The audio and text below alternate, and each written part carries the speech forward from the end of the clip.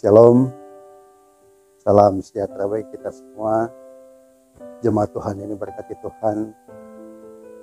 Terpuji nama Tuhan kalau saat ini kita semua diberikan kesempatan kembali lagi untuk belajar firman Tuhan melalui bacaan panjang minggu ini. Dan kita akan secara bersama-sama merenungkan dan nantinya menjadi perenungan bersama kita semua. Sebelum kita membaca dan merenungkan firman Tuhan, mari kita satukan doa. Allah Bapa Tuhan kami mengucap syukur kepada-Mu, sebab Engkau baik bagi kami.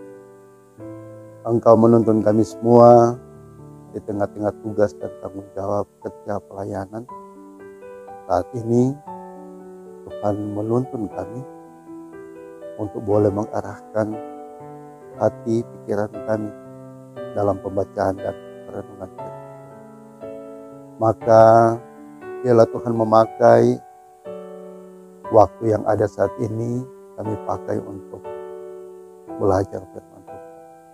Roh Kudus yang diam di dalam kami, arahkan kami sehingga kami memahami kebenaran firman Tuhan sesuai dengan kehendak. Ini doa kami Tuhan, hamba-Mu, tolonglah hamba agar ketika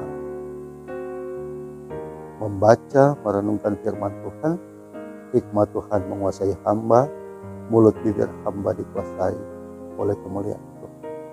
Di dalam nama Tuhan Yesus Kristus, kami bawa doa ini, kami siap untuk membaca dan merenungkan firman Tuhan. Amin. Bapak Ibu jemaat yang diberkati Tuhan, saat ini kita akan membaca bagian firman Tuhan yang terdapat dalam Perjanjian Baru, Lukas 22 ayat 24 sampai ayat yang 38 dengan perikop percakapan waktu perjamuan malam. Terjadilah juga pertengkaran di antara murid-murid Yesus. Siapakah yang dapat dianggap terbesar di antara mereka? Yesus berkata kepada mereka, raja-raja, bangsa-bangsa memerintah rakyat mereka, dan orang-orang yang menjalankan kuasa atas mereka disebut pelindung-pelindung. Tetapi kamu tidaklah demikian, melainkan yang terbesar di antara kamu hendaklah menjadi sebagai pemimpin, yang paling muda dan pemimpin sebagai pelayan. Sebab siapakah yang lebih besar, yang duduk makan atau yang melayani? Bukankah dia yang duduk makan? Tetapi aku ada di tengah-tengah kamu sebagai pelayan. Kamulah yang tetap tinggal bersama-sama dengan aku dalam segala pencobaan yang aku alami. Dan aku menentukan hak-hak kerajaan bagi kamu, sama seperti Bapakku menentukan bagiku, bahwa kamu akan makan dan minum semeja dengan aku di dalam kerajaanku, dan kamu akan duduk di atas tahta untuk menghakimi ke-12 suku Israel. Simon, Simon, lihat, iblis telah menuntut untuk menampi kamu seperti gandum. Tetapi aku telah berdoa untuk engkau, supaya imanmu jangan gugur. Dan engkau, jikalau engkau sudah insaf, kuatkanlah saudara-saudaramu. Jawab Petrus, Tuhan, aku bersedia masuk penjara dan mati bersama-sama dengan engkau. Tetapi Yesus berkata, aku berkata kepadamu Petrus, hari ini ayam tidak akan berkokok sebelum engkau 3 kali menyangkali bahwa engkau mengenal aku. Lalu ia berkata kepada mereka, ketika aku mengutus kamu dengan tiada membawa pundi-pundi, bekal, dan kasut, adakah kamu kekurangan apa-apa? Jawab mereka, sesuatu pun tidak. Katanya kepada mereka, tetapi sekarang ini, siapa yang mempunyai pundi-pundi, hendaklah ia membawanya. demikian juga yang mempunyai bekal, dan siapa yang tidak mempunyai, hendaklah ia menjual jubahnya dan membeli pedang. Sebab aku berkata kepada kamu, bahwa nas kitab suci ini harus digenapi padaku. Ia akan terhitung di antara pemberontak-pemberontak. Sebab apa yang tertulis tentang aku sedang digenapi. Kata mereka, Tuhan, ini 2 pedang. Jawabnya, sudah cukup. Nah, dari berkati Tuhan, kita mengucap syukur kepada Tuhan Yesus Kristus, Kepala Gereja Juru Selamat Dunia, yang telah menghantar kita semua dan telah menuntun kita membaca bagian firman Tuhan yang akan menjadi pertemuan kita di Minggu Sengsara yang ketiga, dan juga menjadi perenungan bersama kita semua di dalam perjalanan kehidupan kita.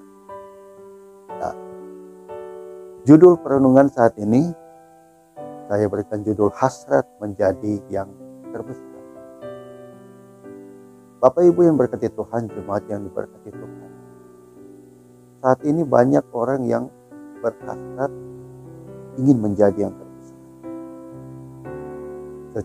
Secara manusiawi, keinginan seseorang untuk menjadi yang terbesar, hasratnya itu ada di dalam diri. Alasannya tentu ketika seseorang menjadi atau dianggap menjadi orang yang besar, identiknya dengan kekuasaan. Yang artinya bahwa ketika seseorang itu memiliki, mengalami, mempunyai kekuasaan, ia akan dianggap orang yang besar di tengah-tengah komunitas di mana dia ada. Nah, polemik tentang hal ini yang jelas terlihat dalam organisasi juga. Bahwa sesungguhnya di dalam organisasi, di dalam kepelayanan, di dalam organisasi sekuler, ini pun bisa terlihat dan muncul. Coba kita lihat ketika misalnya dalam satu organisasi sedang terjadi transisi atau peralihan, ketika pemimpin di dalam organisasi tersebut sudah berakhir, tentu akan memilih lagi. Ketika pemimpin pergi dan berganti, tentunya segenap anggota, semua anggota akan berusaha untuk mencari satu figur atau bergumul untuk mencari pengganti. Nah, saudara yang berkati Tuhan, tak jarang dalam fase ini atau dalam tahap ini akan membuat sesama anggota organisasi di dalamnya akan berupaya untuk mengisi kekosongan posisi sebagai pemimpin. Kadangkala posisi ini akan kemudian membawa kekisruhan di dalam organisasi tersebut. Akan ada gesekan, akan ada kemudian pertikaian, karena memang ada kepentingan satu dengan yang lain di dalam organisasi. Nah, tentunya hal serupa juga terjadi ketika kita membaca bagian firman Tuhan tadi di antara para murid. Mereka mulai bersoal tentang siapa yang terbesar di antara mereka. Itu bisa kita baca dalam ayat yang ke-24. Bahwa sesungguhnya ada pertengkaran di antara murid-murid yang mempersoalkan siapa yang dianggap terbesar di antara mereka. Nah, pada kesempatan itu Yesus mengajarkan kepada mereka satu prinsip atau sebuah prinsip yang kemudian paradoks namun penting tentang pemimpin. Ketika kondisi sementara memanas karena ada pertengkaran di antara para muridnya, Yesus kemudian muncul dengan satu pemahaman tentang pemimpin. Nah, pemimpin yang dimaksud, yang diangkat Yesus di ayat yang ke-26 adalah ciri khas pemimpin yang menjadi pelayan. Siapakah? Tetapi kamu tidaklah demikian. Melainkan yang terbesar di antara kamu hendaklah menjadi sebagai yang paling muda dan pemimpin sebagai pelayan. Nah, konteks tentang kepemimpinan yang dianggap Yesus berbeda dengan yang kemudian dipahami oleh murid-murid. Mereka menganggap bahwa ketika ada bersama dengan Yesus, konteks kepemimpinan itu adalah kemudian menjadi seorang pemimpin yang dikenal, diakui, yang disegani di antara kelompok waktu itu. Tetapi sesungguhnya sekali lagi di ayat yang ke-26, Yesus Kristus sendiri mengajarkan bahwa sesungguhnya bukan pemimpin seperti itu yang dicari. Pemimpin yang dicari dalam kepelayanan adalah pemimpin yang menjadi pemimpin yang mau melayani. Ini kemudian diceritakan, diangkat Yesus melalui beberapa cerita selanjutnya. Sebab siapakah yang lebih besar, yang duduk makan atau yang melayani? Bukankah dia yang duduk makan? Tetapi aku ada di tengah-tengah kamu sebagai pelayan. Yesus mau menyatakan bahwa sesungguhnya orang yang duduk makan di dalam satu pertemuan tentu statusnya lebih besar dari yang melayani. Tetapi sesungguhnya Yesus katakan bahwa aku hadir di tengah-tengah kondisi itu bukan semata-mata sebagai pemimpin, tetapi sebagai pelayan. Nah, hal ini penting untuk diingatkan terkait dengan pemahaman pemimpin yang menjadi pelayan. Sebab sesungguhnya alur pikir, konteks berpikir murid-murid Tuhan Yesus pada waktu itu sekali lagi adalah ingin menjadi pemimpin yang betul-betul tampil sebagai seorang pemimpin yang disegani, yang berkuasa. Tetapi sesungguhnya sekali lagi pemimpin yang diajarkan oleh Yesus Kristus adalah pemimpin yang mau melayani. Nah, saudara yang kasih Tuhan, dalam percakapan waktu perjamuan malam seperti yang diceritakan secara dramatis oleh Lukas pada saat ini, kemudian Yesus mengarahkan kepada satu sosok, yaitu kepada Petrus. Karena sesungguhnya orang tahu bersama bahwa Petrus ini adalah murid Yesus yang sangat ingin menonjolkan dia, sangat ingin tampil, sangat ingin dikenal. Nah, dia begitu percaya diri, tetapi ya memang dia adalah murid yang setia selama perjalanan pelayanan. Nah, Yesus menaruh perhatian khusus, perhatian istimewa kepada Petrus, karena sekali lagi Petrus ini orang yang begitu percaya diri dan tentunya ingin menonjolkan, ingin menampilkan dirinya sebagai murid yang memang betul-betul adalah murid yang berani untuk tampil di depan. Nah, kemudian Yesus menasihati Petrus agar berhati-hati karena iblis telah mengintainya. Dalam ayat yang ke-31, Simon, Simon, lihat, iblis telah menuntut engkau untuk menampi kamu seperti gandum. Nah, kondisi keadaan Petrus pada waktu itu yang memang berapi-api, diingatkan oleh Yesus bahwa sesungguhnya iman Petrus, keberadaan Petrus luar biasa di tengah-tengah kebersamaan. Tetapi sesungguhnya akan ada tibanya iman Petrus akan digoncang. Dia akan digoncang, digambarkan seperti bacaan ini. Dia akan digoncang, ditampi, digoncang seperti gandum. Sehingga iman Petrus bisa saja akan menjadi lemah dan bisa terlempar atau hilang. Nah, kemudian Yesus menekankan suatu hal yang lebih penting juga daripada itu, bahwa penggenapan tentang nubuat kepada Yesus.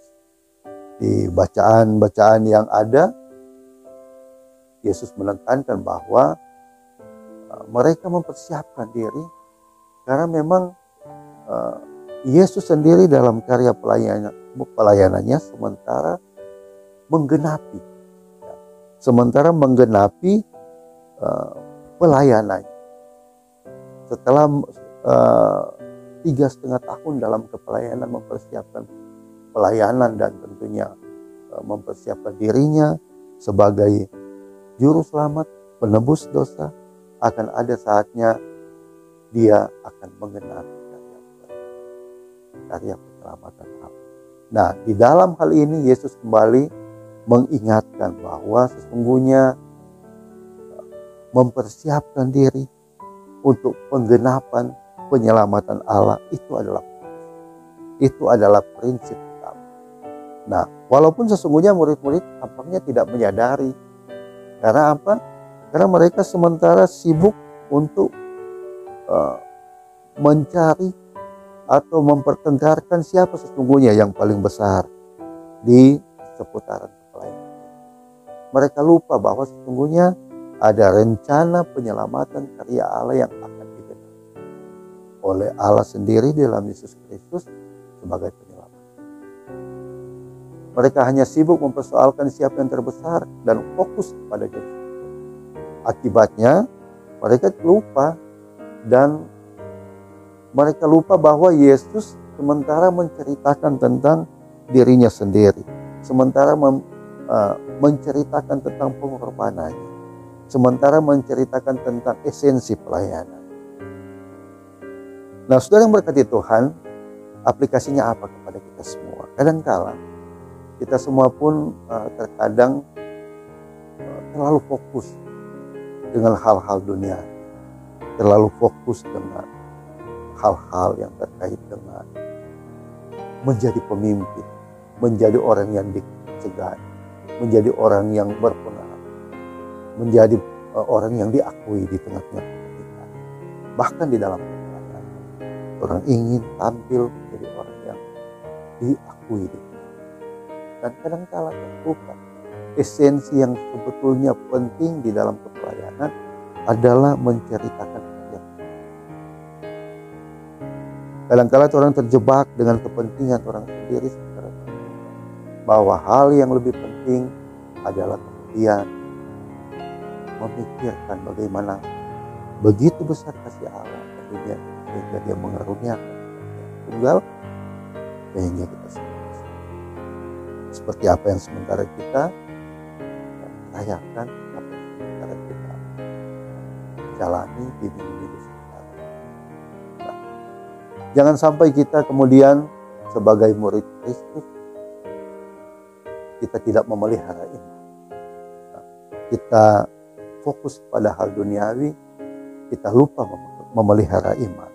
Ketika ada goncangan iman kita, seperti yang dikatakan Yesus kepada Simon, ketika kita ditampi, ketika iman kita digoncang, kita jatuh. Nah, saudara berkati Tuhan, kembali fokus kita adalah Kristus. Prioritas utama kita adalah Kristus. Kepemimpinan yang Tuhan ajarkan adalah pemimpin yang melayani, pemimpin yang mempunyai hati seorang hamba. Jalankan itu, lakukan itu sambil arahkan terus hati pikiran kita kepada Kristus yang sudah menebus kita, yang sudah menyelamatkan manusia, dan kita semua beroleh kekekalan di dalam keselamatan bersama. Kiranya Tuhan menolong dan memberkati. Amin. Mari kita satu dalam doa. Ya Tuhan Allah Bapa kami, Bapa yang baik, Bapa di dalam nama Tuhan Yesus, kami mengucap syukur malam ini bahwa Tuhan ingatkan kami semua bahwa menjadi pemimpin adalah pemimpin yang melayani. Menjadi pemimpin adalah menjadi hamba di tengah-tengah pelayanan. Sehingga kami tidak fokus untuk mencari pemimpin, untuk menjadi pemimpin dunia, yang mengutamakan keegoisan, keberadaan kami sendiri, tetapi kami lupa bahwa di dalam Kristus kami semua diajarkan untuk saling melayani seperti apa yang telah Tuhan ajarkan. Terima kasih Tuhan, kami menghayati sengsara Tuhan di minggu-minggu ini. Tuntunlah hati kami untuk melihat karya penyelamatan Allah bagi dunia ini, bagi kami. Tuntunlah kami supaya kami memahami betapa Allah mengasihi dunia, mengasihi kami, sehingga Tuhan datang, lahir di tengah-tengah dunia, menjalani kehidupan, menyampaikan kabar baik, tetapi juga berkorban, mati, tetapi bangkit. Tuntunlah kami semua di dalam komunitas kami, baik komunitas pelayanan, komunitas sekuler yang kami jalani, pemerintahan, masyarakat, atau di komunitas apapun, biarlah kami menjadi pemimpin yang baik. Biarlah kami menjadi pemimpin seperti yang Engkau. Maka terpujilah Engkau ya Tuhan, memberkati pelayanan di multimedia, Marturia Bukit Mas. Biarlah dipakai Tuhan menjadi pelayanan untuk menjangkau jiwa-jiwa, untuk menjangkau saudara-saudara yang membutuhkan Injil di tengah-tengah kehidupan. Maka terpujilah Engkau ya Tuhan Yesus Kristus. Inilah doa kami bawa kepada Tuhan Yesus Kristus, Allah yang kudus, Allah yang hidup, Allah Immanuel yang mati bagi kami tetapi bangkit dan Engkau Allah. Kami bawa doa ini. Amin. Terima kasih, Tuhan Yesus berkati orang semua. Damai di hati. Shalom.